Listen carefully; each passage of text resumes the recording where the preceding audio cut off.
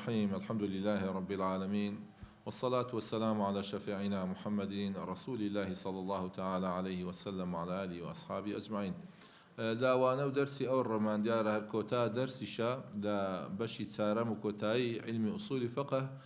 باس لە قاعدەی پێنجەم و کۆتایی دەکەین لەو قاعدە ئوسولە شەرعیانە کە دەتوانم بڵێم هەمووی گرنگ بوو ئەوەی باسمان کرد لە علمی ئوسولی فقه، بەس ئەو قاعدە لە هەمویان مهمترە کە ناوی مەقاصد الشریعة الإسلامية لەبەر گرنگی ئەو بابەتە ئەسڵەن ئیمامی شاطبی ڕەزا و ڕەحمەتی خۆی گەورەی لەسەر بێ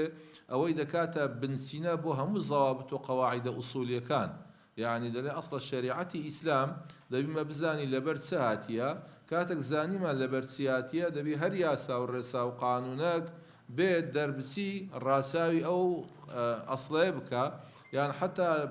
تەفسیری ئاەتێک حەدیثێک دەیبی بە شێوازێک تەفسیر بکرێت شی بکرێتەوە کە لەگەڵ ئەو مەقاصدە بگونجێ. ناکرێت بڵێن مەقاصدی شریعەتی ئیسلام بۆ ئەوەیە تو ئاەتێک و حەدیثێک بینی شی بکەوە بە پێچەوانەی مەقاصدی شریعەتی خوابی. جا هەمووی زانایان گۆتیتیان مەقاصدی شریعەتی خوای پەروەردیگار یەک وشەیە. ئەگەر ئەودی بکەین وشەکەی دەتوانین لە دوو ڕۆوە تەماشا بکەین، ئەگەر نا ئەویش ئەوەیە ئیسلام هەمووی هاتیە بۆ ئەوە هاتیە هەر شتێک لە بەرژەوەندی و مەسلحەتی بەشەر بی بۆی دابین بکە، یعنی تحقیق مصالح العباد. بەڵام لە شریعەتی ئیسلام لەوەش زیاتر بەس نهاتیە بۆ ئەوەی مەسلحەت بینتە دی، بەڵکو کۆمەلە ئاەت و حەدیث و بەڵگەوشتی شەیە بۆ پاراستنی مەسلحەتەکەش. یعنی ئێستا زۆر میمە گەلێک جار دەڵێمە ئەوانی کە مزگەوتان دروست دەکەن دەڵێن بابە دروستکردنی مزگەوت چەند خێرە، بەڵکو پەرەپێدانی پاراستنی با بڵێم ئەو خێرە و بە ئیدامەکردن و بەردەوامبوونی ئەگەر نەڵێم بەقەدەر خێری دروستکردنی مزگەوتەکەی کەمتر نییە. باجە پاراستنی مزگەوتە بە چ دەکرێت؟ بە هینانی مەلایەکی زۆر باش. ئەجاری وا دەبی مزگەوتەکە زۆر ڕاقیە، زۆر پارەشی باش لێ سەرف کرایە، مامەستایەگاتیە وێرانی کردیە، ئەوە لە جێگای خۆی نییە. ئینجا مەسەل ئەو مامەستایە بێت فعلان ئیمامی تەنتاوی شتێکی جوانی هەیە هەرچەندەوە لە دەرەوەی بابەتەکە ئێمە، بەڵام بۆ بزانین یعنی فعلان ئەو دوانە زۆر میمە کە لە شریعەت ڕاچاو کرایە. مقالەشی نووسیە بە ناوی الجامع المهجور، الجامع المعمور والجامع المهجور، مزگەوتی ئاوەدان کراو و مزگەوتی واز لێ هێنراو یان چۆلبوو ینی کاول کراو. جا دەڵێ ئەو مەقالەم لۆ چ نووسیە؟ دەڵێت جارێ لە زارا قەدەر وا ڕێکەوت سەفەرێکی دەرەوەم کرد بە ئەستەمبۆلدا ڕۆیشتم، لەوێ لە فندقێک مامەوە گوتم با لەو کاتی نوێژەکان بچمە مزگەوت، گوتی چم دەنگی بانگێک دەهات چمە مزگەوتێک تەمەشام کرد بە زایری مزگەوتەشی گەورە ڕێک و پێک کەچی یعنی دوور لە مەقامی مزگەوت پیس ناڕێک هەموو شپڕێ هەموو شتەکان بەردرابوو سەریەک کە نوێژ دەستی پێکرد هەموو پێنج شەش کەس نهاتنە جەماعەت لە بۆ ئەو مزگەوتە گەورەی. زۆر خەمم لەو مزگەوتەی خوارد. ئەلمێم وتی چی بکەم کەسم نەبینی لێرە و ڕۆیشتم بە زوبانی ئەوانیش نازانم لەگەڵ مەلای قسام بکەم یانەوە، وتی بە هەر حال قسەم نەکرد. قەدەر وا ڕێکەوت گوتی ساڵێک پێچ و نازانماوەک نەفسی سەفەرم لە بۆ ڕێکەوتەوە بەو شوێنە چیم ئەو جێگایش تی وەڵایە هەر بە دڵتوندی گوتم حتا گوتی کە مەلا بانشدا خەریب بڵێم نەچمە مزگەوتەکەی لەبەرەوەی جاری پێشتر وان بینی بوو، بەس گوتی وتم با بڕۆم وەڵی هەرچۆن نەبی یعنی مالێ خوایم چیشم پێ کە چی چوم تەمەشام کرد ئەو مزگەوتە مزگەوتی زاران نییە، لە پاک و خاوینیوە لە تەرتیباتەوە لە دەرس و دراستەوە لە جەماعەتەوە قاتی جاری پێشتر خەڵکات بوون. زۆر لەلام سێر بۆنێکی خۆش مڕەتەب کە تەمەشای مەلایەکەم کرد، مەلایەکەش مەلای جاران نەبوو. تم بەخوا ئەوە شتەکەیە لەبەرەوە جارێ وتم زوبان بزانم و نەزانم و تەرجمەش بینمە دەی پرسیار بکەم ئەوە سەرڕەکەی لە چێن دەردایە؟ وەڵا کە پرسیارم کرد هەن وەڵای ئەو مزگەوتە پێشتر مەلایەکی لێ بوو، یعنی کانەما خۆی بە موەزەفە بە شتێک لە کۆڵ خۆ بکەوە، یعنی ناچار ببی ینی مەلا بە مەلایەتی بەمری داهاتبی نەگەڵ مەلایەتی بەمری خۆی دایی نابی، دوشتی لێک جیاوازە. جا لەبەرەوە وتی ئەو مامۆستا عیلاقەی بە هیچ شتێک نەبوو، هەروە بوو پێش نوێژێک و غاردە بڕۆ دەرێتەوە. بەڵام کە ئەو مامۆستایە هات تبابا ومالي خوايا ومزقود أصلا لسردمي بيغمبر عليه الصلاة والسلام سرساوي علم وعرفان وذكر وقرآن وقنز وبيرو لا وحموي نية كردية هلا يقنية حرب خودس دواي قنزاني دينا دواي خلق دينا درس قرآن دانا ونازم تسبقى إذا بقى لقى دولة من دان بيواندي كل لقى خاون مزقوتي خاون بكينا وترتيب يعني لآخرية أو مزقوت درس زوتي أو مقالم لبراونيسي الجامع المعمور والجامع المهجور شريعتي إسلامي ديني خواي بروري إسا قانوني وضعي وانية قانون يكسر راساوي نا أخلاق دكا نا راساوي بابلم ظروفا كي خلق كي دكا نا باراستن قانونك واني نية يكسر توا أو بريارك بلام لا إسلام أجر تمشاب كين لا أصلا وهاتية بو هنا ندي هرشتك لبرجوندي مصلحتي خلقبي لسر وجرانا وستا بلكو تسونيتي باراستني أو برجوندي ومصلحتها ستمشادك المثل تبو هتا مال بدزبيني يكم على معاملة بوت حلال كردو أو مضاربة أو مشاركة أو كريم فروشتنا أو إزارة يعني وسائل زور بو أوت بتواني باري بدزبيني بو جيان وبجي جياني خود بيزي بزبكي بلام لعيني كاتا أو باري تلاني ما ترسيل سردابي كومل ياسا وقانون الشيدانة بو أو كز دزدريش نكالو بارت بلكو ياسا شي أوندا قرصي دانا أو دزدريش كدسي دبري أو بوتسي أو باركت ببارزري زي مثلا أجر عقل بها رواية أجر دين بها رواية أجر نفس بها رواية يعني أجر مثلا نسل بها رواية هموي سبحان الله بوشي وازا هنايا زانان دلين أو متى مشى ما كرديا لو برجون ديانا كالأصل والدين بو برجون دي عباد بلا تاتيا برجون دي كان وكوية قوانية يعني أوش بلا بنديها باش شان أوندا جرينجا يعني أجر نما جيان ناميني يعني فوزايق لنا كومالقا دروز دبي خلال دروز دبي لجياني خلق باش شان ناوانية أجر نميني أو فوزايا أو شيشة قورية دروز نابي بلام خلق تشي مشاقتنا خوشينا راحتي دبي باش يشلي لخوارا وانوا نا يعني تخلق تشي مشاقتي جنابي بلام دين داري كزور زوان نابي كوابي أصل الإسلام حرسي بشام بزانين هرسي شان يجدي بزيبكين بلام لعيني كاتم لو بابا توادا خونين آقاما ليبي يقدر مشكلة قوركان بزانين بلا بنديكا چونا سوكتوكا بلا بنديكا نزاني زاري وادا بي أو شتا قوركي دكي قرباني شتا كسككي يوش للشارع دروس نية راسا وش مصلحتها سزور كسيد ما مس أو سنة الزور زي بزينك أو بيغمبرني عليه الصلاة والسلام باش نية إذا بري برزم دزانم باشا بلام أو سنة زعمتها زي بزيناكري مثلا لون يجدريج ناكي وون إذا كزنات الجماعة إيمانك بودر الزينية وأنا جماعة وسا والله ما مرتاح أنت تبي جينا دي خلق باشا خو مزقود بس بمن تدرس نكرة شون جينا دي خلق وأنا يعني دبي أقعد ليبي فعلا أتبو أوي سنتك زي بزيبكي يعني لو أنا عند زارواب يا ملاك دنجي ناخوش بيكون من هالمصيبته يعني أو كيلة زي يقول السملة أو خلك وهذا قرصي بكي أو نابي يعني بلايا وناكري بو والله يتسي والله من بيغمبر عليه الصلاة والسلام ما كذي إبراهيم بيغمبر إخوة عليه زين سنوع الدنجي شو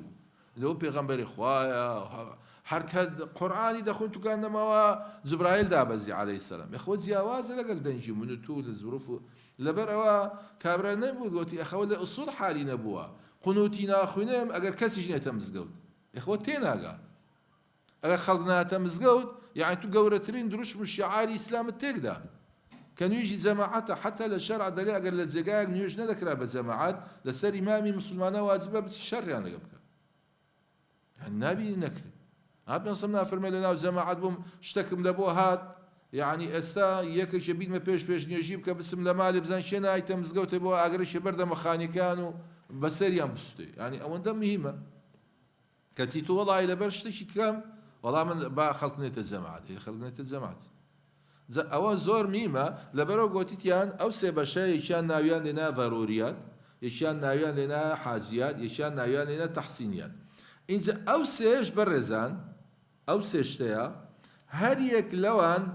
مثل كبلين ضرورياتها بيوندي بدين ويا ضرورياتها بيوندي بنفس ويا هاي بيوندي بمال ويا هاي بيوندي بعقل ويا هاي بيوندي بمال ويا هاي بنفس ويا بيوندي بمال ويا حاجيات شيء پەیوەندی بە دین وەیە بە نەفسەیە لە عینی کات مەسەل بە عەقلەیە ئینجا بە نەسلەیە بە مالیشەیە تەحسیناتی شەروە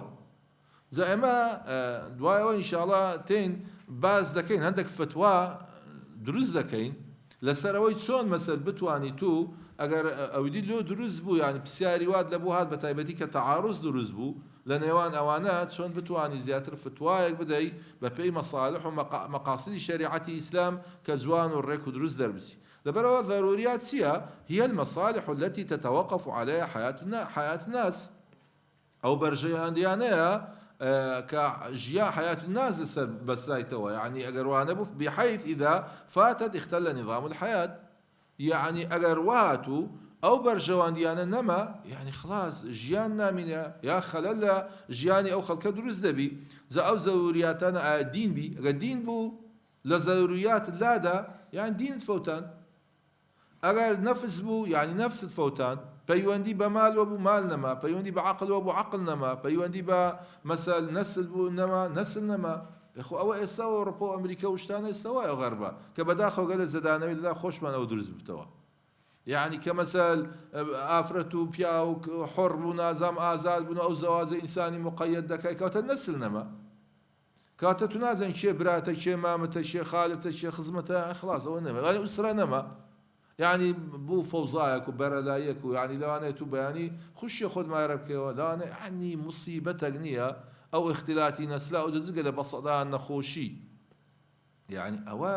مصیبەتە لەبەرەوەی شەرع هاتیە گوتی با بە ئاگامان لێبی ئەو زەوریاتانە دەبێت ڕاچا بکەین جا لەبۆ هەر یەک لەو زەوریاتانە تەمەشا دەکەین ئیسلام شتی دانایە ئەستا زەوریاتی پەیوەندی بە دینەوەبی ئەرکانی ئیمان ئەرکانی ئیسلام ئوسولی عیبادات زەکات نوێژ مەسەل حاج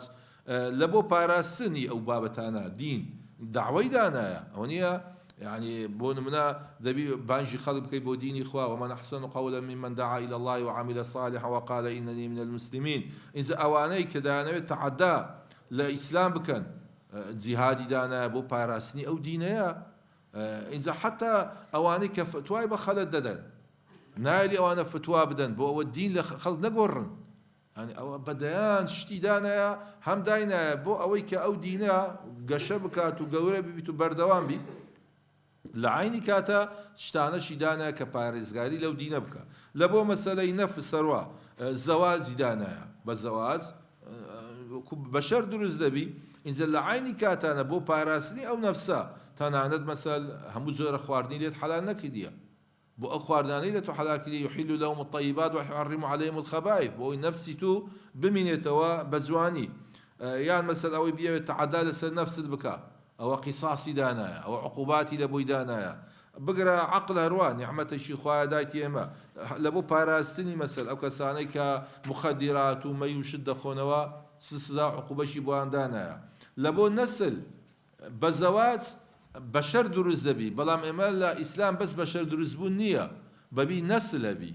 دبي حسب النسب بي لبرو الزواج الشرعي دانايا خواقنا بزيناش نسل أو دي دروز دبي بشر بەڵام نا ئەگە دەبیدی زەواجە شەرعیەکە بی لەو پاراستنی سزای لە بۆ زیناکەران دانایە لە بۆ مەسەل ئەوانەی قەفی موحسەنات دەکەن تۆمەی دەدەنە پاڵ خەڵک ئەوە هەموو بۆ چییە بۆ پاراستنی ئەو نەسلەیە مەسەل مال وەکو باسم کرد بۆ هینانەدی بەدەیان معاملاتی زۆرا زۆری جایز کردیە بۆ پاراستنی مەسەل دەستی دزی دەبڕی مەسەل حزردانە لەسەر ئینسانی سەفیه و شێت و ئەوە بۆ ئەوە مال نەفەوتێنن حاجیات بەدوای ئەو تێت حاجيات سيا هي الأمور التي يحتاج إليها الناس لرفع الحرج فإذا فاتت لا يختل نظام الحياة ولكن يلحق الناس المشقة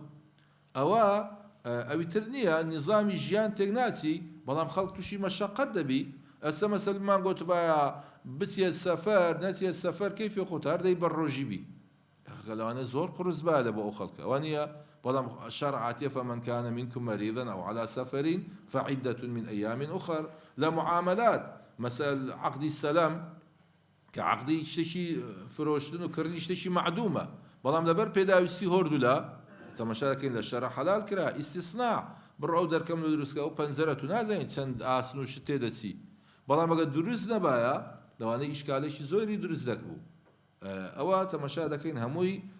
بۆ ئەوە چییە خەڵک لە مەشەقەت دوور بێختەوە اینجا مەسەل لە معامل لە عقوبات مەسەل دەرء الحدود بالشبهات يعني حد لا دەچی بە شوبهە بۆ ئەوەی خەڵک تووشی مەشەقەت نەبێ ئەدنا شوبهەبی بڕۆ حەدی لەسەری جێبەجێ بکە ئەوە لە جێگای خۆی نییە دیەی دانایە لەسەر خزم و کەس و کاری با بڵێم قاتلەکە چونکە دیەکە قەتلەکە خەتەئە بۆ ئەوەی مەشەقەتەکە قورسایەتی دیەکە خینەکەی لەسەری کەم بکاتەوە تحسينات هي التي تجعل أحوال الناس تجري على مقتضى الآداب العالية وإذا فات لا يختل نظام الحياة ولا يلحق الناس المشقة ولكن تصير حياتهم على خلاف مكارم الأخلاق أو زاري نجيان بيتقدتي بتحسينات نخلق توشي مشقة دبي بلان بالراسي دتوانم بليم تحسينات زواني عبادته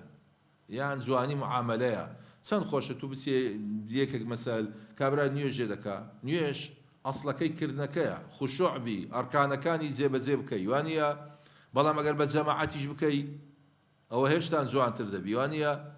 ئەگەر سونەتەکان لەگەڵ بکەی هێشتان جوانترە یخوا ئەگەر بە جلکوبەرگێکی زۆر جوان بچی ڕابوەسی خاوین هێشتان جوانترە کەواتە تەمەشا دەکەین ئەگەر مە بمانەوێ عیبادەتەکان منوەکو مەقسەدی شەریعەتی خۆی گەورە سەتاسەد جێبەجێ بکەین مراعاتی ضروریات بە پلەی یەکەم اینجا دوای ئەوە حازيات دواء والتحسينات يعني انتم مثلا هذا بروش دليك انتم مسبوق بيبون منا كاجر دزاني ناقي ركوع امامي دز بوجهه وجهينك الفاتحه كي دز بك الفاتحه الركنه تيش لا وجهه وجهيه وانيا يعني بلا اعوذ بالله من الشيطان الرجيم وانا مثل سنته اشتقوركي بينا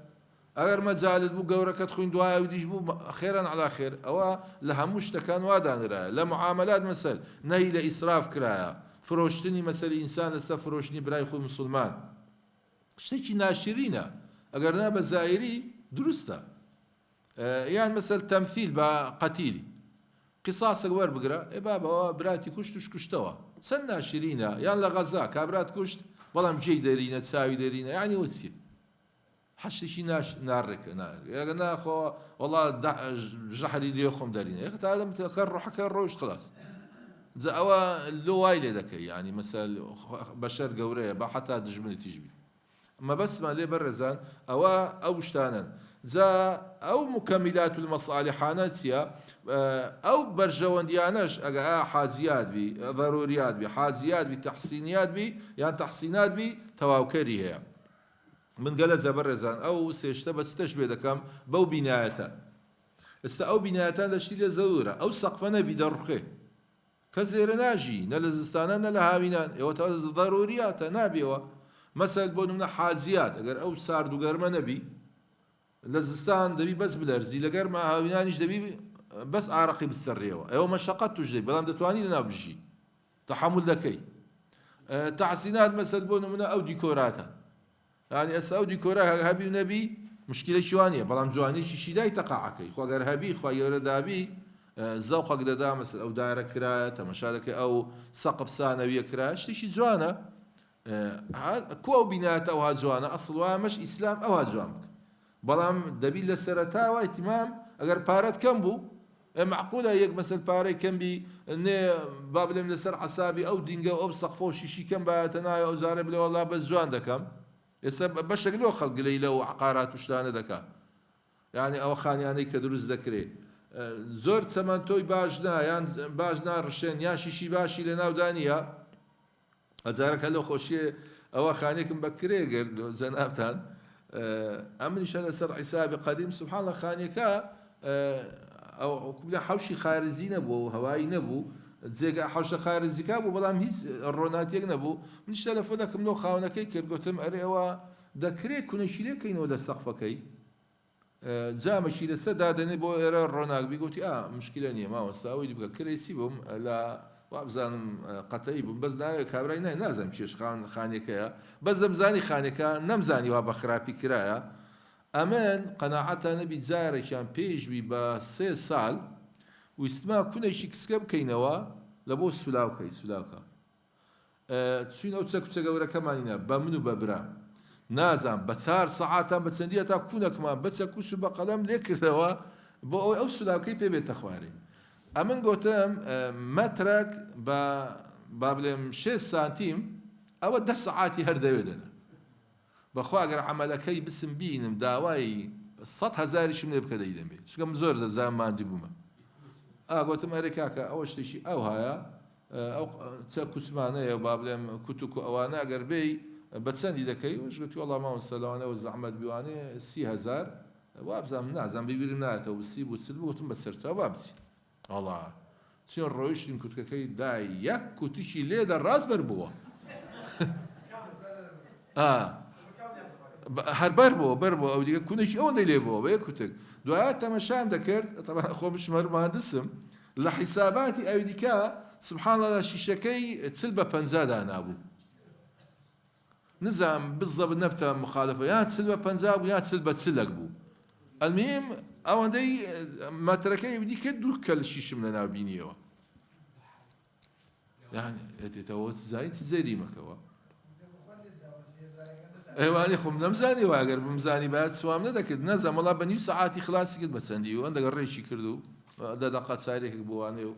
ئاوشی خوارد گوتم بەڵام خوا پیرۆز دوزە خواروانێت بکەمەوە مەبەستەکەی من لێ ئەوە مشکیلە گەورەکە ئەوەیە کە دەچێ خانێکەش خانێکی ئەتیادیە 200 مترە لە بکرایە ڕێک و پێکتەوە بەس لە ئەخریەکەش ئەوە کاتەوە ئیتیمامی بە چدایە بە تەحسیناتدایە لەسەر حەسابی سێ ضەروریات ئێوە ئەسەر زۆر بێ ئەو بینات و شتانە وایە خاصن ئەوانەی بەداخەوە لە بۆ مەعامەلە و تیجارەت و شت دەکڕن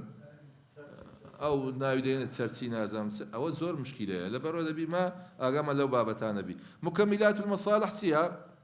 هەر شتێک لەو شتانە ئەگە ضەروریات بی حاجیات بی تەحسینات بی سبحان الله شتی لە بۆ دانرا تەواوکەریتی بۆی ئەو عیبادەتە جوان بی مەسەل بۆ نمونە لە ضەروریات نوێش ضەروریاتە بەڵام تەمەشا دەکەی بانجی لە بۆ دانرایە بە جەماعەت بکرێ وانە بۆ ئەو عیبادەتە جوان ببی لە حاجیات مەسەل دیەی دانا لەسەر عاقیلەی بۆی لە مەشەقەت ڕزگاری ببی بەڵام لە عینی کاتە داشی نایە بە قۆناغ بدەن نەکو بە یەکجار پارەکان نەبی بە چەند مانگێک بە چەند ساڵێک بدەن ئینجا لۆ ئەوانەی هەیە بدەن نەک ئەوانەی نیانە يعني مەبەستم لێ لە تەحسینات مەسەل تەمەشا دەکەین سەدەقات لە تەحسیناتە بەڵام لە عینی کاتە گوتی تیشی بۆ ئەوی سەدەقەکە تەواوی مادەم هەر دەکەی شتێکی جوان بینە لەن تەنالوا البر حتى تنفقوا مما تحبون یان مەسەل شتێکی کە خاوین بی ڕێ بی بۆ ئەوی بڵێن وەڵڵی فعلا سەدەقەکەت جوانە و لە جێگای خۆیتی جیاوازی الفرق بين مراتب المصالح الثلاث طبعا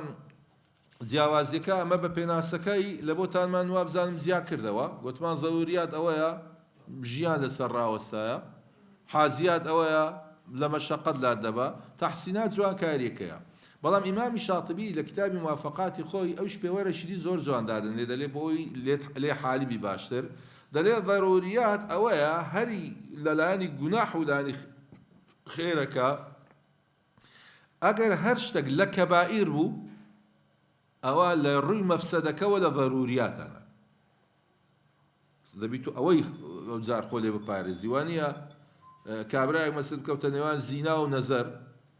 نەزەرەکەی دەکەی نە زیناکەی وانە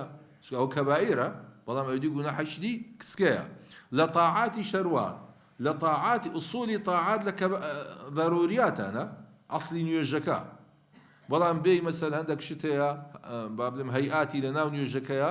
ئەوە لە تەحسیناتەکانە زادە لێ ئەوە پێوەری یەکەم بزانە ضەروریات لەو جۆرە شتانەیە ئەگەر لە مەفسەدەبی لە کەبائیرەکان ئەگەر لە با بڵێم مەسلەحەتیش بی لە تاعاتە گەورەکان عیبادەتە گەورەکان ئەوە یەک حاجیات چییە ئەگەر لە گوناحەکان بی سەغایر ذنوب گوناحە کچکەکان یعنی با بڵێم شتێک بی کەوە گوناح بی بەڵام کەبائیر نەبی ینی گوناحی خواروی ئەگەر مەسەل لە عیبادات و شت بی بێتە سەر واجیبات نەگوکو ئەرکان نەبی ینی بێتە خوارتر ئینجا هاتیە پێوەری تەحسینات ئەگەر لە مباحات بی سونەت و شتی دانایە ئەگەر لە گوناحەکان بی کە گوناحیش نییە مەسەل مەکروه بی ینی کەواتە ئەوە چی لات مەکروهە گوناحە ئەو جارەی گوناحی گەورەیە ئەگەر مەسەل بابینە سەر عیبادەتەکان ئەوە مباح شتی حەلال یان شتی سونەت ئەو جارە وردە بەرە واجیبات بڕۆ ئەو جارەی بەرە و ئەرکانەکان بڕۆ ئەوش پێوەرێکی جوانە کە ئیمامی شاتبی داینە بۆ ناسینی ئەوە مراتب المصالح في الأهمية ئەمە وەکو باسمان کرد ئەوەمان تقریبا 2-3 جار باس کرد دەبی ئاگادار بین بە پێی ئەو پێ با بڵێم پلەبەندیەی کە لە شەرع هاتیە ئێمەش دەبی ئەو پلەبەندیە ڕاچاو بکەین يعني مثلا لەبەرەوە دەڵێ فلا يجوز العناية بالحاجيات إذا كان المراعاة تخل بالضروريات نابێت اهتمام بە حاجیات بدەین ئەگە بزانی لەسەر حسابی چ دەبی ضروريات یان اهتمام بە تحسینات بدەین لەسەر حسابی حاجیات بی ئەوە دەبی ئاگامان لێبی ولا يجوز مثلا مراعاة المكملات إذا كان في مراعاتها إخلال فيما هو أصل لها بڵێ وڵا ئەوەی تەواوکەرەکەی تیما پێ بدەین کەسی ئەسڵەکە لە نابوو بین ئێوە نابی کەوابی ئەوە ئاگاداریمە پێبی پێشەوە بیستە ناو تەطبیقاتەکان بابەتەکەیەجا دەڵێ الفتوى على أساس الموازنة بين المصالح والمفاسد ئێمە چۆن فتوا بدەین تازە ئێستا زانیمان شەریعەت بۆ چاتی و مەقاسد چییە و زانیمان زەروریات و حاجیات و تەحسینات کۆ ئەوە ڕاچاو بکەین عولەمای مەقاسد لا ئیمامی شاتبی پێش ئیمامی شاتبیش طبعا بەڵام لەو ئیمامی شاتبی ئەوە زەق کرایتەوە لەبەرەوە هەر کتێبەکەی ئوسوولەکەی زۆر بە زەقی باز لەو بابەتە دەکەگەنا هەموو عولەمای ئوسوول بگرن لە سەرەتاوە تاوەکو چکە دین لە بۆ ئەوەی هاتیە مەقسەدی دین لە بۆ مەصالح و ئەواتیە بەڵام ئەو زیاتر وەکو بڵێن ڕێشی کردیە و مەزبوط زانایان دەڵێن هەندێک قەواعید هەیە ئاگاتان لێبی لە فتوادان دەبێت ڕاچاوی قەواعیدانە بکەن ئەو قەواعیدانە بە سەریعیان دەک باز دەکەین دوای ڕاز دەچێتە ناو تەطبیقاتەکەی اینجا بین فتوا دەدەین بزانە کە فتوایەکان چەند دروست و ڕاز دەردەچی سێ جۆرە قەواعیدمانەیە هەندە یاسا و قەواعیدی عامی مەقاسدیمانەیە دەبێت ڕاچاو بکەین کاتێک دەکەینە نێوان مەصالح و مەفاسد یەک بزانين الشريعة مبناة على تحقيق مصالح العباد ودرء المفاسد عنهم في الدنيا والآخرة أول ذا بزانين دين لبو ساتي لبو برجوني مصلحة عباد وبلاد كواتا لهر زيغايق لهر فتواكيتو درسو دش بمقاصد شريعة إخوة أو فتوانية لقل برجوني مصلحة خلق نددوا زور كسا فتوايق ددا أو فتوى لزايري خلق لە قازانزی خەڵکە لا لەزایری خەڵکە کاتەوە فتوانیە دەبی ئەوە ئاگامالی المصالح والمفاسد تعتبر على أساس التغليب بەڵام ئاگامان لێبی مصالح ومفاسدیش لەسەر ئەساسی تغليب اعتباری بۆ دەکرێت يعني سەتاسەد نییە زۆرینا يعني الرأي الراجحەکە يعني تغليب لێم واتێ دەگەم ئەو شتەیە سەتا هەشتا نەوەد قازانزە ئەوە نییە شتێک ناوی سەتاسەد بی وەکو ئەو مامۆستایی باسمان کرد النظر إلى المصلحة والمفسدة يكون بميزان الشرع لا بالأهواء بس آقاش ما ليبي كده ينبرجوني مصلحات سوك هند زارن أو مصلحتي استو جماعتي حداثة كناويان لدايا الحداثة الغربية ونازام سي عند دانو دين شي غربي لبو ما بين دلين بابا أو مقسماني وإمام عمر وزور مدح إمام عمر ده كان قصي ابن تيمية أينما توجد المصلحة فثم شرع الله أوي بكار دين الوتسي لبو أوا بين شتك بين والله إذا خوي عندك آيات القرآن جبر راسي لو سردمك باش بلام لو سردم باش نية ها تمشى أو أهوا بيدا قدر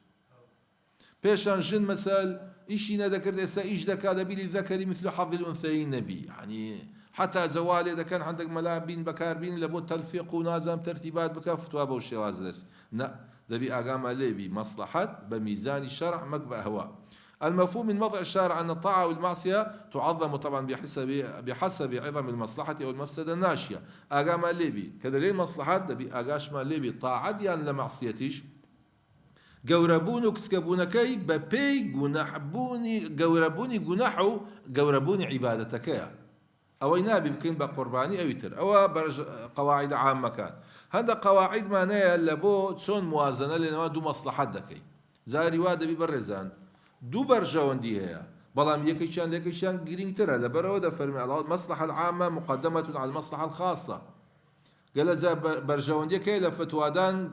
عامة لوها مخلكة هيش لو سينكا دبي ما فتوى كي لو الروا بدين كلا برجوندي مصلحتي عامة بي المصلحة الواقعة المصلحة المتوقعة هند برجوندي استيا هند برجوندي لو أنا لو دهاتو بي اما تسيش مالي دهاتوا وانيا وەکو گۆترایە دەلێ تەیرێک لەسەر ئەو دیکردناو دەست باشترە لە دە لە سەدارۆ نییە تەیڕ فی اليد أحسن من 10 على الشجر وابزەم شتێکی وایە واني هر بو ديكيا بو شوازه كوابي ليرا دبي او الراتسا بكري. المصالح الكليه مقدم على المصالح الجزئيه. هذا زي برجواني كليه كلي قشتيها هي برجواني تاك جزئيه. تقديم المصلحه الدائمه على المصلحه العارضه. هذا برجواني هي فتوى بردوامه. هذا شان لهم مؤقته نعم بردوامه كيف بيش دخيل. مصلحه المتعديه مقدمه على المصلحه القاصره. هذا مصلحه هي لو تبرد بيلو كساني تريج دروا هي جنا بس سينك دقرتوا قاصرة لو سيني درباز نابي اما دلين او برجواندية بيا وافراد من دال دروا لبوان جدسي بس او برجواندية لا من دال رادا والسيناء دلين او يتربي لو او متعدية دائما عندك عبادات هي لو استمسلسا خير ينقو علم متعدية خل شي تريش وردقل بس استنيوش لو خوتا ذكرك ده كيلو خوته متعدينية لبرا باش كده زانا لو ده مثلا علم او ده مهمة حتى كتاب العلم لزور بي بابا كان ببيج ده خني يعني علم شتشي دراد لبو خلش ده الراسو ده بس لبو خوني لبو خيركم من تعلم القرآن وعلمه عندك ضوابطها لنوان دو مفسدة او زهر بر زنزور ميمة لأصول بزاني خوش الدنيا إلا ونية عندك الساعة للي والله أوج زرارة وتوازي لبينم خنا شرنية توازي لبيني ناكري ده كي عنده موقفان دبي إلا يك هل بجيري إذا لو كانت دبي بي موازنة بكي ذاك موازنة ده كي تزكي للي ترزيح ودرء المفسدة العامة على المفسدة الخاصة ناتشار بما أو مصلحة عامة أو خاصة أو مفسدة خاصة كا با زيب كن مفسدة عامة كي لسر خلق لا ببين أو تيجيشنا برزن زور ميمة لفقه يعني لا بزاني لا أصول لسر أساسي مقصد بونه من إستا لو منطقة دليل والله أو منطقة مزقوتينية يا خاصة خانينية والله مكاتي خو بلدية عيس عردي بزين يشتي أو خلقش حمودة سيدي بابا والله مدالة كان مان ببرساران دكون زيغانية ناك إتي بلدية تلك قال الشيء ده تانوي والله أو أنا والراسي قركا أو دمالي دقرتوا دليل برام أو دمالي دبي خاني كانت بفروش لما إبابة والله أخوة مفسدة لبو إما برام ليرة بابيرم ليرة نادم كاك بابور وبرات وشد ليرة بي بخوا أتوبا يكسي هاتو سن بكي لبو لايوان باشترا نك أوان من دال وجنا وخلقنا خوش بينا خسته خانه نقطاب خانه دعا غتر تانيش لناكين خاني با 5 دفتر يا 6 دفتر أو 6 دفتر خواد لقلبي أوا راسة وشي مفسدك دبي بلام أجر أوينكين مفسدي جورة ترمان تجدبي وانيا لبرو دبي أقام لبي تقديم المصلحة بدي قتمان ترجيح حدر المفسدة الكبيرة على المفسدة الصغيرة فضرر الأشد يزال بضرر الأخف كما يختار أهون الشرين وانيا دو الشر أهون كما وخف الضررين تقديم در المفسدة الدائمة على المفسدة المنقطعة الآنية هذا مفسدة هرد مفسدة بلام هي تبدر أو بعد زي يمكن مشكلة نية بلام أودي بردوامة درء المفسدة المتيقنة على المفسدة المتوهمة عندك مفسدة بيقين مفسدة هاي دليل لوانية وهابي أما نا يقين كيد بالراسة وبكين أودي كم مشكلة نية بلين الدباشة لوانية ديان دبي يا النبي الكوابي أوش مانية عندك قواعد مانية برزان بو موازنة لنوان مصالح ومفاسد يستدلوا أو بيدان دلين بسيري عيش كلا زادوا لك تيتا برتاما إذا كانت المفسدة أعظم من المصلحة درأنا المفسدة ولا نبالي بفوات المصلحة أجر مفسدة كبو قوربو بلام لولاش مصلحة شي شبو با أنزام داني أو مصلحة أو مفسدة قورب ما تجدبي دلين كاك أو مصلحة ما نابي وازلي بين حتى أجر برزان مفسدك أو مصلحتك وكل شيء جوابه مصلحتك إنك لو تسونك مفسدة ككردد ئاسەواری دلی لێ پەیدا دەبی بەڵام مەسلەحە دەتوانی بگۆڕی ئەو مەسلەحەتەی ناکە میشی دوای دەکەم لەبەرەوە زانایان گوتیان ئەگەر وات و ئەودی کرا درء المفاسد أولى من جلب المنافع ئەگەر وەکو یەک وابوو اینجا ئەدی ئەگەر وات و مەسلەحەتەکە ئاعظەمتر بوو نە ئەوزارەی مەسلەحەتەکەی ڕاساو دەکەین بەڵام زۆر بەناسیش تەعامل لەگە مەفسەدەکەی دەکەین سبحان لێرە دەلێت هەر ئاگاد لێبی چکە مەفسەدە حساسة تغتفر المفسدة العارضة من أجل المصلحة الدائمة مصلحة دائمة مصلحتك بردوامة بس مفسدة عارضة ذلك أو مفسدة عارضة زي بزيبك ما دام حتى تشيد بقيدينية ما دام مصلحة بردوامك لبومان دمينيتوا لا تترك مصلحة محققة من أجل مفسدة متوهمة أجر برجعون بزين سطا واز لو نايني لبرخاتري مفسدك نازل الرودة دا ياخدنا بيننا باب تطبيقات سكاكات منزور نمايا زانایانی علمی ئوسولی فقه یا ئەو سەردەمە بە تایبەتی شتێکیان کردیە بەڕێزان ئەو سێ جەدوەلەیان دانایە ئێستا بە تەطبیقی ئەو سێ جەدوەلە تەطبیق دەکەین ئێمە گوتمان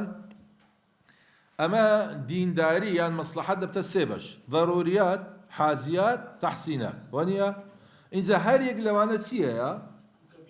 نه هەر یەک لەوانە ئەو ضەرورەیان پەیوەندی بە دین وەیە یان پەیوەندی بە نەفس وایە یان پەیوەندی بە عەقڵ وایە یان پەیوەندی بە نەسل وایە یان پەیوەندی بە مال وایە کەوابی لە بۆ حاجیاتەکە شەڕ وایە لە بۆ تەحسیناتەکە شەڕ وایە کاتە سێ جاران پێنج پازدە زانایان هاتینە جەدوەلێکیان دروست کردیە لای ئەستۆنیەکە ئەستۆنیە وەنی عەمودی ستونیان ئەستۆنی ئەمە کوردین باش نییە ستونی ستونیەکە کردیتیانە پازدە بە پێی مەسەلە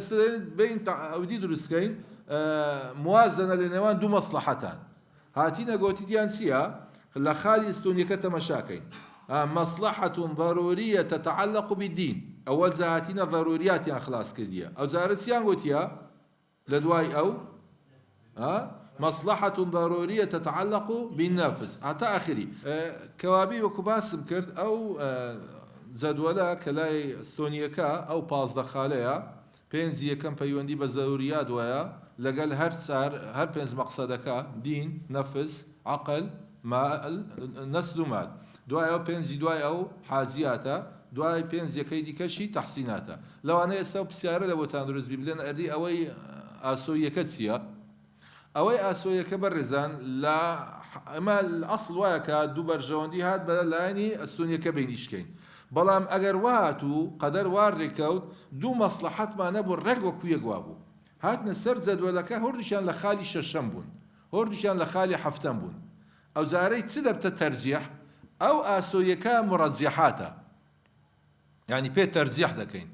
تەمەشا دەکەین ئایا ئەو بەرژەوەندیایە ئەوەی لە خالی شەشەمە باشە هەرد نەبوو لە خالی شەشەم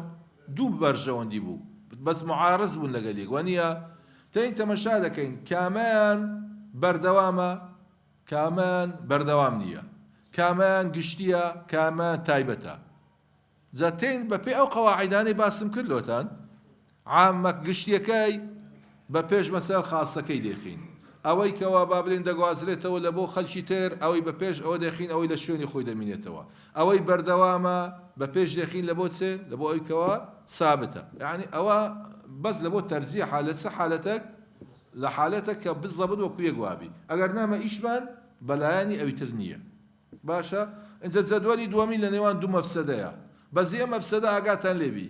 یە مەسلەحە چەند لەسەرەوە بێ ڕاچاو دەکەین بۆ جێبەجێکردنی یە خوارەوە یە مەفسەدەی چەند لەسەرەوە بی ڕاچاو دەکەین ئەوی جێبەجێ ناکەین خوارەوەی جێبەجێ بکەین چونکە کەمترە وانە ئەو جەدوەلێ سێمینیش لە نێوان مەسلەحە و مەفسەدەیە پێکەوەیە جابابین لە بۆ هەر یەک لەو جەدوەلانە دوو نمونە بینەوە بە تەطبیقی تەطبیق دەکەین ئەوی دیش لە بۆ جەنابتان بەجێدێرین نمونەی دیکە خۆتان لە نێوان خۆتان بکەن بەس لێتان تێک نەچی دوای ئەوە یەکسەر بڵێن ئەو بووینە مفتی و فتوا پێ بدەین یعنی ئەوە خەتەرە ئەلمین بەس شێوازێکی زۆر جوانە بەو شێوازە تەبع ئەو شێوازە بە عەمەلی عولەما قەدیمەکانیش جێبەجێیان کردیە بەڵام ئەوها وەکو جەدوەل و ئاسانکاری و یەک بێ وەکو جەدوەل زەرب سێ جاران سێ لەولایە سێی دەست بگرێ لەولایە سێ بلێ بوونەوە ئەوها نەکردیە بەڵام ئەو عولەما ئەو سەردەمەوەیان کردی ئەوە شتێکی زۆر جوانە بە تایبەتی عولەمای مەقاصد با بين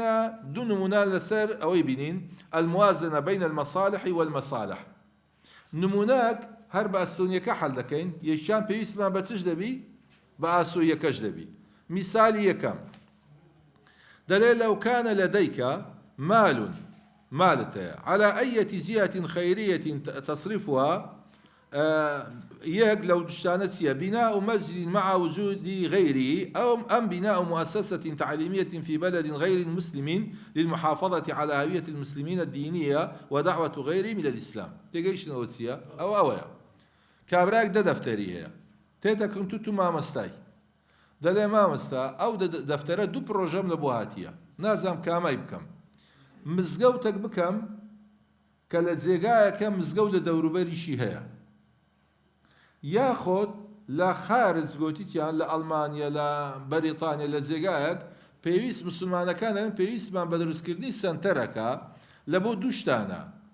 زۆر لە مسلمانان ئێرێ و کوێرە نییە خۆتبە زۆربی و جوبعا و تار و ئەو شتانە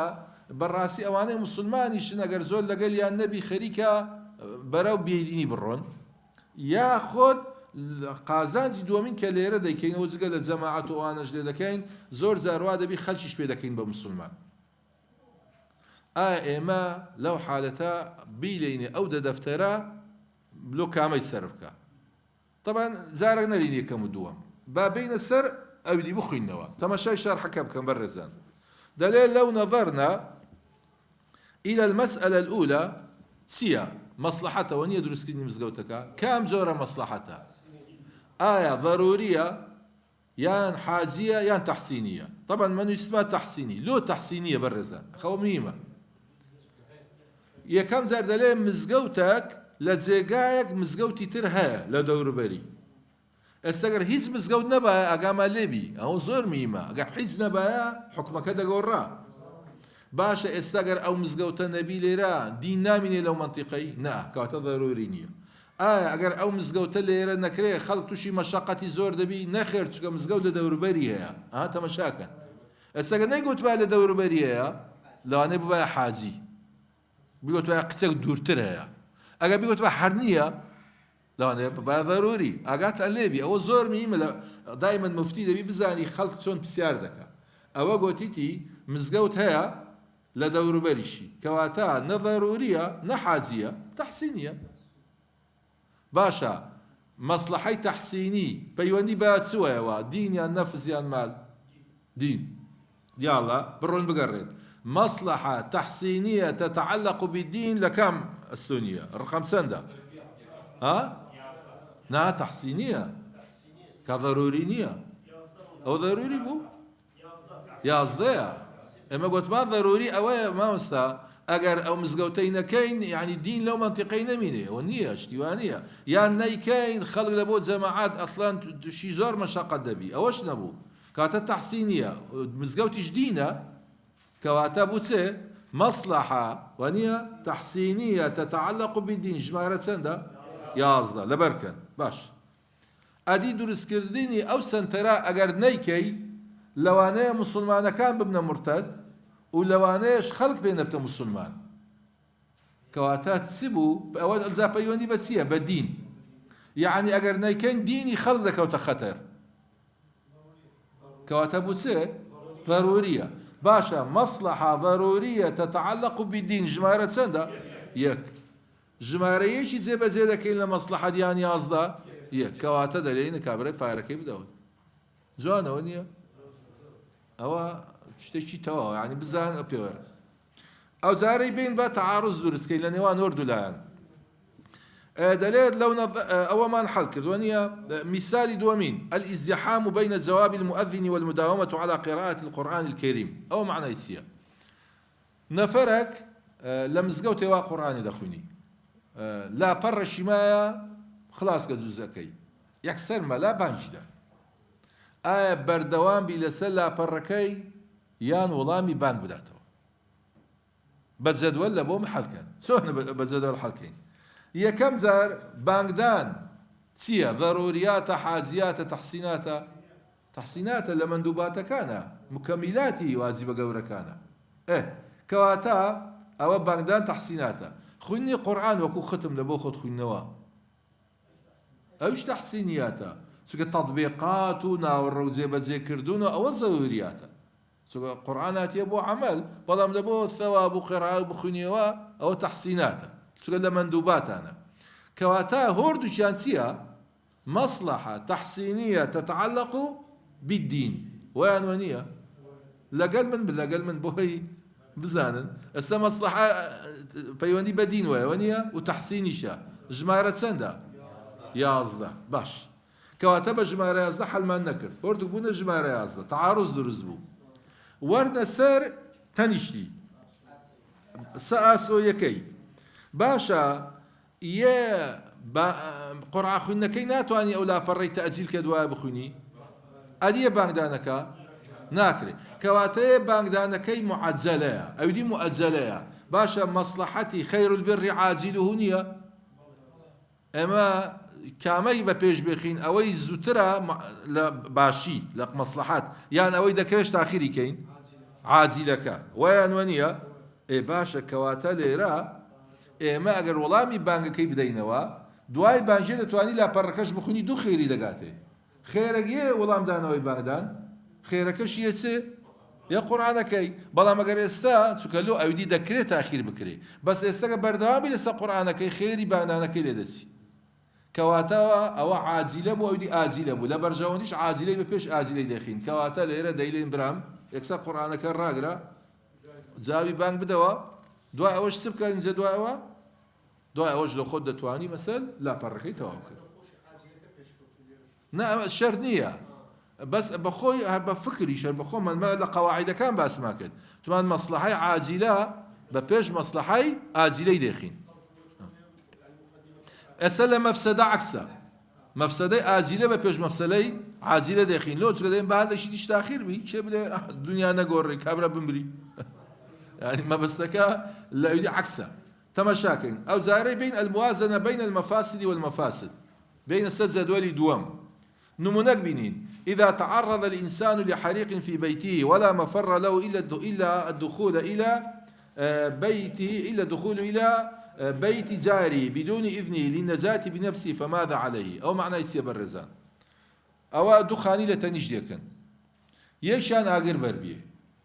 هات كابرا هل لما لي دركا داخرة دركي دروا سبكا لنا وبمينة تودا سوتي ناچار بوو بشتە سەرەوە ئاگرەکە دەگاتە سەرەوە ئیلا عیلاجی ئەوەیە خۆی فڕێ ماڵێ زیرانی بدا بە دەرکەی مالێوان بێتە دەر تەماشاکەی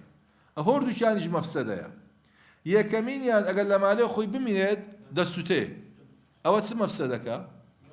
ضەروریە وەنییە ژیان نەما خلاص بوو ضەروری بەس بەسایتەوە تتعلق بالنفس مفسدة ضرورية تتعلق بالنفس كم خالة دوام باش بابشت مالي زيرانكي طبعا ببيزني واندسي الراس خوف الردات وتتخواري يان مالك لا مالنا يان لا مالينينا تماشاك او فتوى دبي بزانين درجات يا اگر لا مالي نبون احتمالي تسهيا كابرا الراس الدروات احتمالي تساوي بكفتا باري بليشتك ببم ليروني ها بارك بيشتك بي احتمال يعني زياتر ببم كواتا مفسدة سيا حكمكي ها اگر مالكي ببا مالكي ببا مالي كابرا هم دبا تابلين حياتي تيكسبو مفسدة شي ضروري نا لو انا تشي مشقتي بك معاشك او ما قينما بلين دو ورقي برد سي ورقي برد او دبتسي مفسدة حاجية تتعلق بالسي بالمال جماعة سندا دايا مفسدة دي كتسنبو دو اما لا مفسدة قلت ما عكس دكينوا راتاوي مفسدة قوركي دكين مفسدة كسكي زي بزي دكين كواتا بيدلين برو مالكي او احتمالك احتمالي دومين مالك لا مالي بن او زاري بايرد الزين نما سما نظر دكري نظر لو انا لو قعطي غار دشت خواري جلك سري كود بونيا او بيني باش النظر تسير مفسده ونيا دبي مفسده كتسن قوربي هندا قورني خو بخوي مالي شتايا او ساي بيكفت كواتا شي جناح شي زور كسكي يعني كواتا توان بلين مفسده تحسينيه تتعلق بالنسل شنك هو قضية شرف وشتا مفسدة تحسينية تتعلق بالنسل جماعة سندا ساردا أو بأولاترا ونيا أو زياتري شات أخوان كواتا دليل برام خود بايا مالكي برو دليل أستاذ حالي ما كوبا زاد ولا كذا كري أو زاربان نمونك بينين هوردك بيكاو بي يعني بالضبط وكويا قوابي باش دفع الموت عن النفس بموت الغير كأن يهدد شخص يعني يهدد شخص بالقتل إن لم يقتل غيره. كابرايك تي ساك دايرة دليل نفرش ديني تونا ديناسي نيت دليل أجر أو نفري نكوجي دتكوجي. طبعا نفرك بكوجي مفسدة أو يش بكوجري هر مفسدة ويا ونيا هوردو مفسدة بيوندي بسويا بنفسه لا تجمعك مفسدة ضرورية تتعلق بالنفس جمارة سندا دوا أدي أوديش الجمارة دوا كواتا تدرزبو تعارض درزبو بلام أجر بين تمشاي أو دون مفسدة بكين شانيان شانيان تأخير تردبي كمان كمان تأخير تردبي اگر ئێستا کابرای بکوژی و ئێستەیە بەڵام یێوی کوشتێوی لەوانەیە پشتی نیم سەعاتی دیبی 10 دقەی دیبی تو نازانین دەلێ دەتکوژمە نییە لەوانەیە هەر تادید بی نەتکوژی ئێوانە ئەلمیم لۆ ماوەیشی دیکەیە بەڵام ئەوەی دیکە هەر یەکسەر ئێستا لێ دەدەی کەواتە مەفسەدەکەی تو کە دەیکەی عاجیلەیە ئەوەی تووشی تو دەبی ئاجیلەیە باشە لا خالشي ديكا واقعة ومتواقعة أوي ديكوجي استا واقعة الرددا ونيا بلام أوي تهديد دكا متواقعة شبلي وانا تهديد نبي شبلي استا كتوانا كي لو قصانة دا يعتاد وسي قصان بقات ولا تهديد دكا نفرقني أوي بكوجيان وزعكا بقوريان مثل ترزقار ببي وانيا كواتا إمال مفسدا دائما مفسدي عاجلة ببيج عاجلة داخين مفسدي متوقعة ببيج مفسدي واقعة داخين كواتا دليلنا وكابراي سبك نيكوجا بابد كوجي هلا برو للشرع إجواد اللي دليل إكراه جائز نية بتسي برانبر شيء بكوجي حتى أجر تهديد يشد كان بكوشتن بس زاني من لوها وقت مشاكل بتسمعنينا با آسوية كمانينا. آخر نمونة برزان مثال لسائل الموازنة بين المصالح والمفاسد أو جاري بالله نازم دعاء بسيار بيان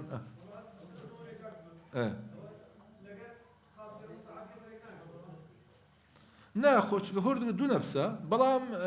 دتواني بلي كشتني برانبركا فعلا لو انا متعديش بي يعني بتسي لبون نا قومتو دعاء بتكجنا او تريش بي الراس اكراه بەڵام ئەوی قاسە لەسەر خۆت ئەی خۆگە ئەواش بی بۆش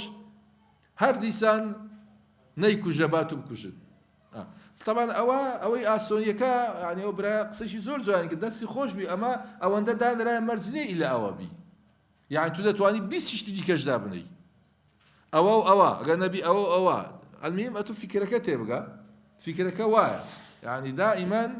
دەبێ ڕاساوی ئەو کە ئەگەر بزەبت وەکو یەک وا بوو ئەستا نمونەی ئەو برایینە فعلەن ئەوەش دەکرێ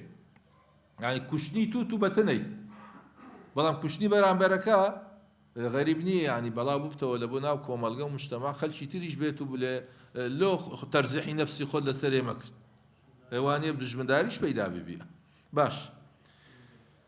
نمونەی ئەوزارەی بە لە نێوان موازنە بین المصالح والمفاسد لا يك مفسدة لا يك مصلحة شون أو حل دكين دو مثال عندنا سنوا يكشيان لي أفتى العلماء بأن للطبيب أن يعالج المرأة إذا لم تتوفر طبيبة حتى لو أدى ذلك إلى كشف العورة فهل هذه الفتوى صحيحة؟ دل علماء فتوى عندها دلنا آفرتك تشي نخوشيك بو هيز دكتوري آفرت نبو إلا آفرتش إلا بياو نبي نشترجري بوكا إذا نشترجري كش ناتسار دبي عوري ببيني أو فتوايا درسته بلين بابتي عملياتي بك طبعا افراد دكتوري افراد نيه درسته أنا طبعا عملياتي نكات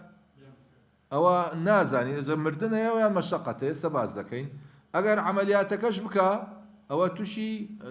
مثل بكاد مصلحتك تي الرزقار او افراد الرزقار دكين بلا مفسدك ما تجدبي تشي تمشاي سدك عورتي او يدك اگر نشكا يعني اوش مثلا لو انا افرتك بمري بلام رزقار دبي لتسي لمفسدي تمشاكلني او عورته انزل لين بابين حلكي تمشاكل برزا یەکەمینیان ئەگەر عیلاج نەکات تووشی چ مەفسەدە دەبین ئەو عەمەلیاتە مادام بۆ عەمەلیات ئەکید لە تەحسینات نییە چونکە تەزمیل و مەزمیل نییە کە پێی خۆی ڕاستکات ئەکید ئەوە لە چییە یان ضەروریاتە یان بەلایانی کەم حاجیاتە باشە ئێستا ئەگەر بدەین ضەروریاتەکە پەیوەندی هۆ دویش پەیوەندی بە نەفزۆیە ئەگەر بدەین ضەروریاتە کاتە خالی دووەمە مەفسەدە ضەروریە تتعلق بالنەفس وانە ئەگەر لەوی دیش بی یعنی خەتەریش نەبی ئەوەندە دەبتە چێ نا حاجیە ئەو جارە تتعلق بالنەفس ئەو دەبتە چە دەبتە ژمارە هەفت کەواتە دوو هەفتمانەیە لێرە باش تەمەشاکردنی عەورەتەکە لە کامە ینی ئەویش هەدیسان تووشی چ دەبی نەزەرێک دەبی یەک کۆمەلە دکتۆری دی لەگەلیتی خۆت ناتوانانی ئێستا چ دەکە ینی هیچ ئەوی دیکە نییە کەوابی تووشی مەفسەدەشی تەحسینی دەبی تتعلق بالچێ یان بە دینە یان بە نەفسە هەردوولا دەتوانی دوو تەفسیری لێ بدەی یعنی بڵێ وەڵای ئەوە گوناحت دەگاتێ و لایانی دینەکەوانەوە دینە ئەو لایانی دیکەش مەفسەد شەرەف و ناموسەوانەیە کەواتە نەسلە کەوابی لێرە چ دەبی ئەگەر تتعلق بالنفس بمصلحة مفسدة تحسينية تتعلق مثلا بالنفس بجمارة سندا مفسدة تحسينية تتعلق بالنفس يازدا ونيا أقديم بي أدي أقر بيوني بنسل وبي يعني بنفس وبي لنفسي أو دبت تسارده لهورد كان دتواني نسلو بس لها محالة كان يكمك دو هفته ئەویدی چەندە یازدە و چاردەیە زۆر ڕێک دوورن وەنیە کاتە مەفسەدەی خوارێ ئەهەوەنترە هەر لە بژێرین با عەمەلیاتەکەی بکە وایان وەنیە نزام تێگەیشتن یان نا ینی تەمەشای جەدوەلەکەی بکە هەموو احتیمالات دانێ بڵێ ئەگە پەیوەندی بە نەسل وەبی مکا ئەگە پەیوەندی بە حتا لە فتوا هەندە جار دەکرێت لە ئەخلاقی دکتۆرەکە بزانین چۆنە کووە ئەوانەی ینی بەپێ ئەوەش دەتوانی فتوایەکەی بگۆڕی مسلمانە مسلمانی هەموو حالەتی هەیە ینی زیاتر کەسی لەگەلە کەسی لەگەل نییە هەموو ئەو تەرتیباتانە فتوە ئەخە نابی لەو کاتی ناو فتواکە دەگۆڕێ و کاتی ئەمە دەلێن نەبی ناخە کاتی شەمەسا دیسان مەفسەدەکان دەکەین یعنی کە زیرەک نییە چ زەرەر دەکات ئەگەر بەوی ژۆکووی بکە بەڵام ئەگەر دیسان بڵێ وەڵا دینەکەی تێک دەچی وەسعەکەی یان مەسەل نەفسەکەی دەڕا ساقەتی دەکایان تووشی هەموو ئەو شتانە ئەوە بەس دەگۆڕێ فتوایەکە دەگۆڕێ دەتوان لەسەر بڕۆن بين السرية دومين لا يجوز للإمام أن يطيل الصلاة الجماعة بما يتسبب بترك الناس لصلاة الجماعة درزنيا إمام يوجد ريش كاتا وقبزاني خلقك ناية الجماعات باش ئەوەی شان مەسلحەتە درێژکردنەوەکە مەسلحەتە وەنیە زۆرتر قورئان دەخوێنی هەرەوەندە ئەگەر ناخۆ درێژ کاتەوە درێژ نەکاتەوە ئەرکانەکانە جێبەجێ دەکا نوێژەکە کورد بیان درێژ بی بەس کە هەندێک دەمینێەوە هەندێک زکر دەکا هەندێک سونەتەکان جێبەجێ دەکرێت وانە هەروایە ئەگەر نە ئەرکان لە شریعات دەڵێ بەقەدەر تۆمانینی شێڕاوە سێ ڕوکنە جێبەجێ کرد خلاص ئەو سوورەتانە لە دوای فاتحە و شت بخوێنی و نەخوێنی وانە سونەتە كوابي أجر بكاد بتتسي مصلحة تحسينية تتعلق بالسي بالدين جمارة سندا يازدا باشا أدي قروات نكا خلصك نات الجماعات أوش مفسدك بلا خو جماعات جواز بنية إيوانية أوش سنته كاتا أوش مفسدة تحسينية تتعلق بالدين كاتا مفسدك مصلحة شي وكويك ما له درزبو زە ئێستا چی بکە باشە بەڵام بین سەرخەتی ئاسۆیەکە بەگوتمان دایمە کە لەگەل یەک بوو یەکەشیان لەو با بڵێم مەسلحەتانە پەیوەندی بە چووەیە بە عامەی خەڵک وەیە ئێوانیە تەرشی جەماعەت مەفسەدەکە پەیوەندی بە چووەیە بە عامەی خەڵک وەیە بەڵام لەوانەیە درێژکردنەوەکە لە خەڵکەکە زۆر قەناعەتی پێ نەبی هەڵانەی جێش نەداتێ لەوانەیە مەسلحەتەکەی زیاتر کەمتر لە بۆ خۆی بی ینی تاوەکو لە بۆ با بڵێم عامەی خەڵکەکە بی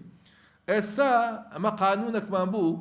ئەگەر بە بیشتان بێ گوتمان ئەگەر مەسلحە و مەفسەدە وشیەک وا بوو درء المەفسەدەتی ئەولا من جەلب المەنفعە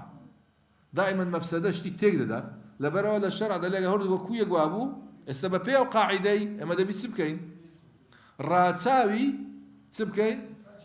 خەڵکەکەی بکەین مەسلحەتەکەی وان بینەدی بۆی توش خەڵکە لەو مەفسەدەکەی دوور بێخنەوە کەواتە باز لە نوێژەکەی نەین تووشی ئەو مەفسەدە ببن باشە اینجا تەرک الناس للصلاة مفسدة كبيرة وعامة ونية راستة تحسينية بەڵام خەڵکە منێتە جەماعەت مەفسەدەی کووە گەورەشە عامەشە في حين أن إطالة الصلاة مصلحة صغيرة وخاصة نيجي دريش كيوا مصلحته شي تايبته وكسكشة بقياسا بمفسدة جوركي كواتا دلين ما مستا نيجي كي برام أوندا دريج نكوا مراعاتي خلق كابو وأندازة هاي نكوتاي أو بابة أصولية وميدما إن شاء الله تعالى هم لا كمان عندك سود ما اللي ورقش تبي هتاوكو باب لهم لقاءاتي ترو إن شاء الله كلا خدمة زنابتان مناسبة ببي هر باشترين شد أويا كوتاي قسكاني خومان إن شاء الله تعالى بو تبنين كدائما بلين ربنا اغفر لنا ولإخواننا الذين سبقونا بالإيمان ولا تجعل في قلوبنا غلا للذين آمنوا ربنا إنك الرؤوف الرحيم وآخر دعوانا الحمد لله رب العالمين وصلى الله على سيدنا محمد وعلى آله وأصحابه أجمعين.